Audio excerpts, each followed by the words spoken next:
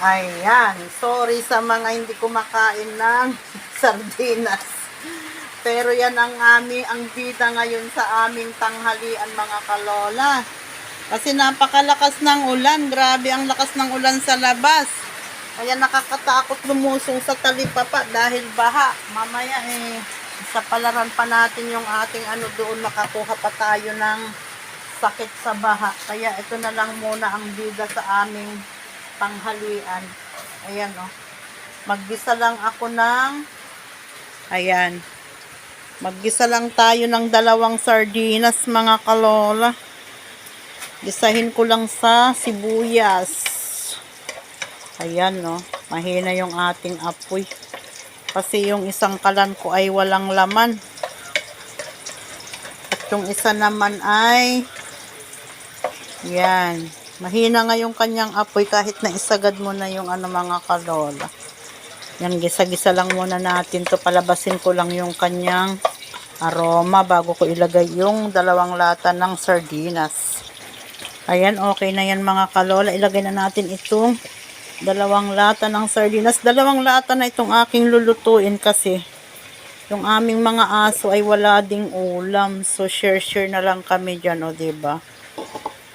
Pwede na yan sa mga aw-aw namin. At sa mga, syempre sa amo. Charit. At yung apo ko naman mga kalola, sabi ko anong ulamin niya. Timplahan lang natin ng ano ka kung uulamin mo? Sabi naman niya, siomay na lang mamala. Sawa na daw siya sa egg. Ayan diba naririnig nyo yung ng ulan? Grabe ang bagsak ng ulan. Tapos bahang-baha sa talipapa. Kaya tinamad na akong lumabas. Tiyaga na lang ako dito sa sardinas.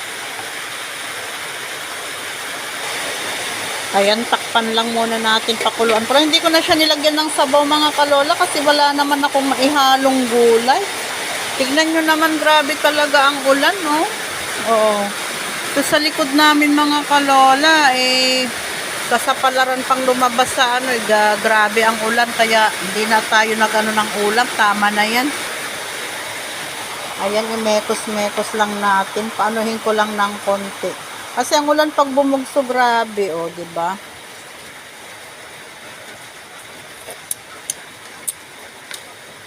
Ayan, okay na yung kanyang lasa. Pakuluin ko pa saglit at yan, kakain na tayo mga kalola. Si Apo naman ay magsusyomay na lang daw siya dahil ayaw na niya ng itlog. Sawa na rin siguro siya. So, yan lang muna mga kalola. Thank you for watching and love you all. Kain na tayo for tanghalian.